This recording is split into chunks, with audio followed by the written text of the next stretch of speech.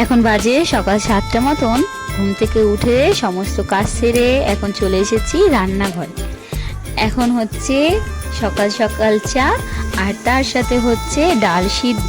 আজকে সকালে সকলে মিলে খাওয়া হবে, এবং তার সাথে আজকে সকালে জল খাবারে আছে রুটি আর কড়াইশুঁটি টমেটো দিয়ে আলু দিয়ে তরকারি।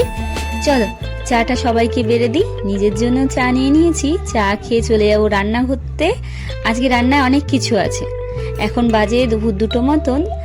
চলো খিদে পেয়েছে। আজকে কি কি রান্না হয়েছে তোমাদের তো দেখাইনি, এখন দেখাই। আজ হচ্ছে ভাত, ডাল, আলু ভাতে, তার সাথে হচ্ছে ব্রোকলি, আর হয়েছে লাউ দিয়ে মাছের মাথা দিয়ে, আর তার সাথে হয়েছে ট্যাংরা মাছ আলু দিয়ে ঝাল। চলো আমিও নিয়ে নিই খেতে, এবং সকলের জন্য ভাত বেড়ে দিই। সবাই মিলে একসাথে ভাত খেয়ে আজকে একটু রেস্ট নেব। আজকে ছুটির দিন, তাই একটু রেস্ট নিয়ে আজকে সন্ধেবেলা তোমাদের সাথে দেখা হচ্ছে। এখন বাজে সন্ধে 6:30। চলে এসেছি আমাদের ঠাকুর ঘরে। আমাদের ঠাকুর ঘরে সকলে ঠাকুরকে এখন দেব শয়ন, এবং তার সাথে খেতে। সন্ধেবাতি দিয়ে চলে যাব জপ করতে, নিজের ঘরে জপ করে তারপরে হবে আজকে রান্নাবান্না। আজকে রান্নাবান্নার খুব একটা স্পেশাল খাবার বলতে এই শীতকালে কড়াইশুঁটি খেতে ভীষণ ভালো লাগে। কড়াইশুঁটির আজকে হবে কচুরি, কড়াইশুঁটির কচুরি, আর তার সাথে হবে ডিম কষা। আজকে সকলে সকালে রাত্রিরে হবে ডিম কষা, আর তার সাথে হবে কড়াইশুঁটির কচুরি।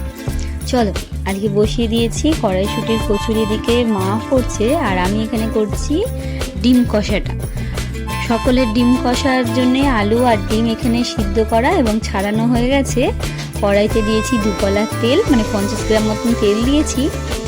এখন ডিম তেলের মধ্যে নুন আর হলুদ দিয়েছি, আর তার সাথে ডিমগুলোকে একটু ফুটো ফুটো করে দিচ্ছি। তেলে দিলেই ডিমটা ফাটে, আর ফাটলেই হাতে ফোসকা পড়ে যায়। একটু ফুটো ফুটো করে দিলে ডিমটা ফাটে না।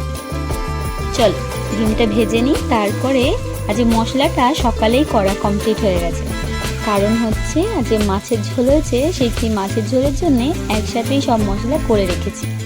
এখানে ডিম কষাটা করতে আমার বেশিক্ষণ সময় লাগবে না। আলুটাও সিদ্ধ রয়েছে, শুধু মশলাটা কষাবো আর তার সাথে ডিমটা দিয়ে দেবো। এখানে দিয়েছি পেঁয়াজ, আদা, রসুন, গরম মশলার মধ্যে দিয়েছি এলাচ, আর তার সাথে দিয়েছি একটু লঙ্কার গুঁড়ো, মানে শুকনো লঙ্কাটাকে বাটা হয়েছে।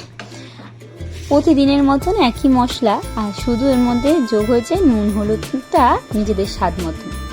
মায়ের এখানে ময়দা মাখা এবং কড়াইশুঁটির যে পুরটা হয় সেটাও কমপ্লিট হয়ে গেছে, এবং তার সাথে লেচি করা হয়ে গেছে।